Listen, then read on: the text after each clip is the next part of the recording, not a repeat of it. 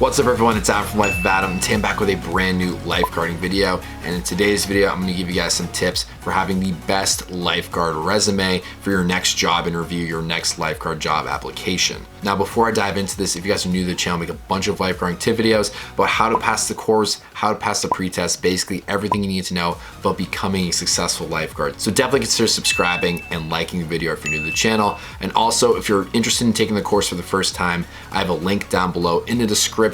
It's basically a course that I made on Teachable that will walk you through all of these swimming fitness pretests at the beginning so that you can pass on the first try and not worry about paying and not getting your money back. So when it comes to a lifeguard resume, there's a couple of components that you must have. Now, obviously a lot of lifeguards are young in age, so you don't have that high quality experience. You don't have prior lifeguarding experience. You don't have a lot of job experience. And that's completely fine. I'm just gonna give you guys tips assuming that you have low experience or assuming that you have medium to like somewhat high experience levels. So it's gonna apply to everyone. First thing I would have is you wanna have your contact information. You wanna have your name with decent font size. You wanna have your phone number. You wanna have your email address towards the top.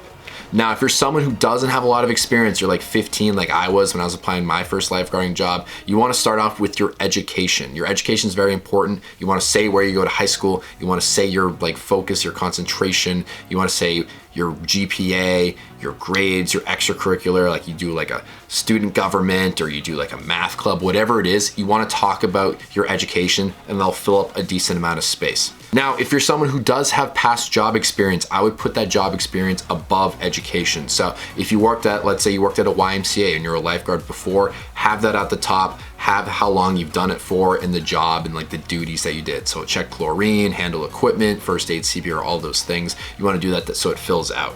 And if you have job experience that doesn't relate to lifeguarding, that's completely fine. Like for me, I scooped ice cream and I made smoothies. So I had that up at the top. I worked at as like an ice cream store. So that was part of my experience, my job experience. I had that down there. Now, if you're someone who's looking for experience and you're looking for something to kind of fill out the resume, do volunteer work.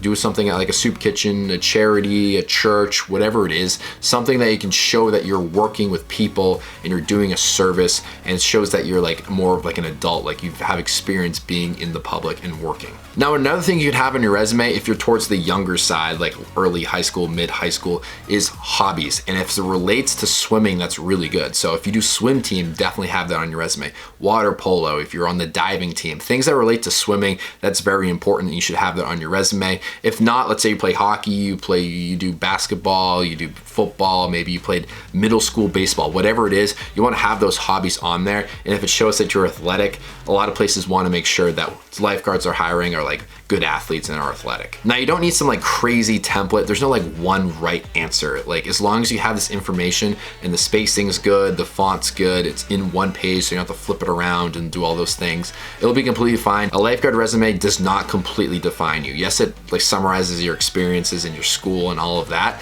but the impression you make at a job interview is like 10 times, 100 times more important. So to be completely honest, I even forget what my resume looked like when I handed it in when I was 15.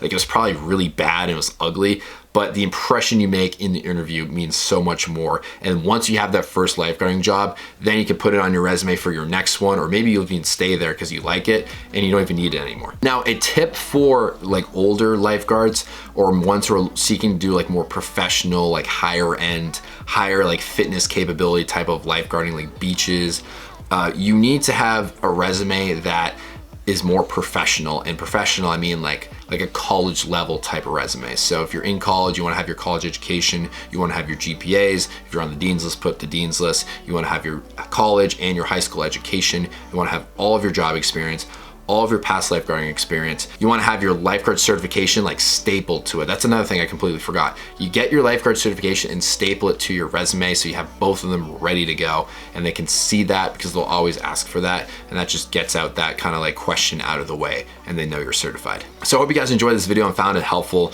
Definitely like and subscribe if you're new to the channel. Comment down below if you have any questions, and I'll see you on the next lifeguard video. Thank you so much for watching. Peace out.